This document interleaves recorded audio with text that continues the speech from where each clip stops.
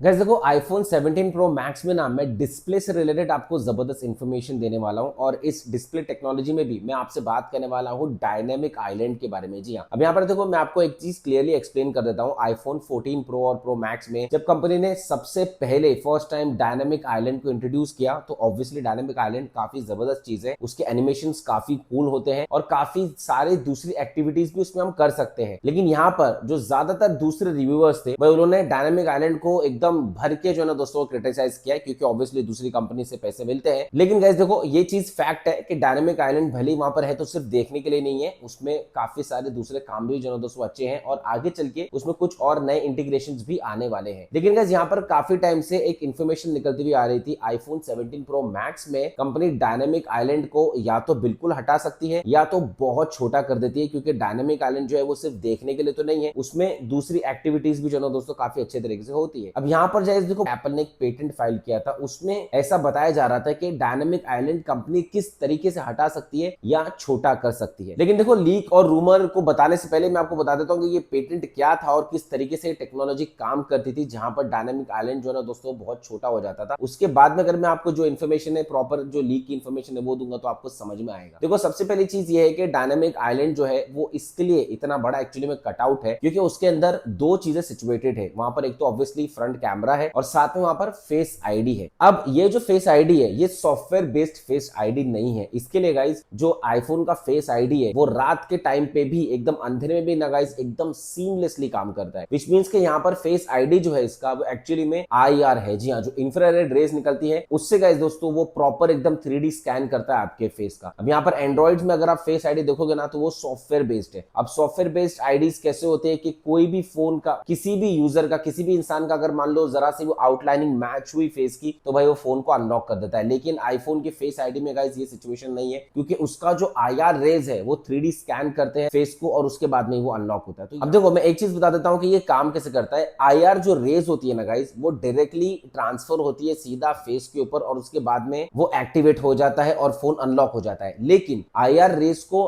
Transfer करने के लिए बीच में कोई भी ऑब्स्टिकल नहीं होना चाहिए, बीच में कोई भी रुकावट नहीं होना चाहिए। रुकावट इन द सेंस जो डिस्प्ले है वो नहीं होना चाहिए। इसके लिए गाइस वहां पर आपको एक बड़ा कटआउट देखने को मिलता है क्योंकि वहां पर अगर एप्पल डिस्प्ले लगा देगा और पिक्सल्स लगा देगा तो वो जो पिक्सल्स है ना गाइस आईआर रेस को अलाउ नहीं करेंगे बाहर निकलने के लिए और इसकी वजह से फेस आईडी होने के बावजूद भी आईआर रेस जो है ना वो सही से काम नहीं कर पाएगा क्योंकि वो ऑब्वियसली क्रॉस नहीं कर पाएगा डिस्प्ले को। अब देखो इससे रिलेटेड ना एप्पल ने काफी टाइम पहले एक पेटेंट फाइल किया था जिसमें ऐसा बताया जा रहा था कि ये टेक्नोलॉजी हमें आईफोन 17 प्रो और प्रो मैक्स में देखने को मिल सकती है, जहां पर डिस्प्ले होने के बावजूद भी आईआर की जो रेज है ना गाइस वो डिस्प्ले को क्रॉस कर सकती थी। और वो किस तरीके से होता था, यहाँ पर कंपनी जो है ना दोस्तों वो पिक्सल्स तो वहां पर एडजस्ट कर देती थी, लेकिन जब भी फेस आईडी यूज करने की बात आती तो वो पिक्सल्स ऑटोमेटिकली एडजस्ट हो जाते अपनी छोटी जगह पर ही और वहां पर फिर आईआर रेज जो है ना दोस्तों वो क्रॉस कर पाती। तो इससे क्या होता था कि जो रेज है वो डिस्प्ले के अंदर ब्लॉक नहीं होती। ये पेटेंट जो है ना दोस्तों एप्पल ने काफी टाइम पहले फाइल किया था और इसमें ये चीज भी हो सकती थी कि या तो जो ये कटआउट है वो बहुत छोटा हो जाए या तो ये कटआउट बिल्कुल ही वैनिश हो जाए और पूरा का पूरा डिस्प्ले जो है दोस्तों वो यूज करने के मिले। लेकिन अब गाइस देखो फाइनली ये न्यूज निकल के आ रही है कि भाई ये जो पेटेंट है ये एप्पल ने अभी फिलहाल के लिए कैंसिल कर दिया है। अब मे बी उसमें एप्पल के खुद अपने रीजंस हो सकते हैं, टेक के कुछ ऐसे रीजंस हो सकते हैं, लेकिन जो लेजिटिमेट टिप्सटर है जो लेजिटिमेट टेक एनालिसिस है मिंग चू को, उनके हिसाब से एप्पल का ये पेटेंट जो है ना अभी विड्रॉ कर लिया गया है, विच मींस कि आईफोन 17 प्रो मैक्स में हमें वही डायनेमिक आइलैंड का कटआउट देखने को मिलेगा। लेकिन गाइस देखो मैं यहाँ पर आपको क्लियरली एक चीज बता देता हूँ कि ये डायनेमिक आइलैंड जो है ये है काफी यूजफुल चीज। अगर आप डायनेमिक आइलैंड को यूज कर रहे होंगे तो हम 100% श्योर कि आप इसको ये नहीं बोलोगे कि अननेसेसरी मतलब बिना कोई रीजन के इसको यहाँ पर जो है ना वो डिस्प्ले पे बिठा के रखा है। अब यहाँ पर देखो ऑब्वियसली वो थोड़ा बड़ा रहता है लेकिन नो डाउट उसके एनिमेशंस बहुत अच्छे होते हैं। साथ ही में गाइस उसके अंदर काफी सारी दूसरी एक्टिविटीज भी होती है, जैसे कि अभी एक चीज और इंटीग्रेट हुई है जहां पर अगर मैं इंस्टाग्राम के ऊपर कुछ भी रील अपलोड करता हूं या कुछ भी वीडियो अपलोड करता हूं और वो जो वेटिंग में जाता है और अगर मैं इंस्टाग्राम को मिनिमाइज कर देता हूं तो वो डायरेक्टली जो है दोस्तों शो करता है हमें डायनेमिक आइलैंड। कोई कॉल भी अगर चल रही है तो वो कॉल भी जो है दोस्तों डायरेक्टली शो करती है डायनेमिक आइलैंड में। और साथ ही में गाइस डायनेमिक आइलैंड में जो कॉल शो करेगी उसके साथ में इक्वलाइजर भी शो करता है साउंड के साथ में, तो उससे पता लगता है कि भाई अदर साइड पे जो भी इंसान है वो बात कर रहा है या नहीं कर रहा है। और ये सब चीजें तो मैंने एक या दो बार ही आपको बताया हूं। यहाँ per day to day life में काफी सारी चीजें हैं जो काफी अच्छे तरीके से यूज होती है। नेविगेशन भी जो है दोस्तों गाइस उसमें काफी अच्छे तरीके से चलता है। तो ये सब चीजें हैं, तो अगर डायनेमिक आइलैंड आ भी जाता है ना आईफोन 17 प्रो मैक्स में या प्रो में तो भाई वो कोई कोई खराब बात भी नहीं है, मेरे हिसाब से वो काफी यूजेबल चीज है। और देखो यही रीजन है कि गैलेक्सी S25 अल्ट्रा में सैमसंग ने बार नाव का ऑप्शन दिया है या नाव बार का ऑप्शन दिया है। वो बिल्कुल उसी तरीके का एनिमेशन कंपनी प्रोवाइड करने की कोशिश करती है जो एप्पल ने डायनामिक आइलैंड में दिया। एनी विच इज गाइस, आपका इस बारे में क्या कहना है मुझे जरूर से बताना। आपको डायनामिक आइलैंड कैसा लगता है, होना चाहिए था, नहीं होना चाहिए था, वो मुझे जरूर से बताना। चलिए दोस्तों, इंशाल्लाह मैं मिलता हूं आपसे अपने अगले वीडियो में।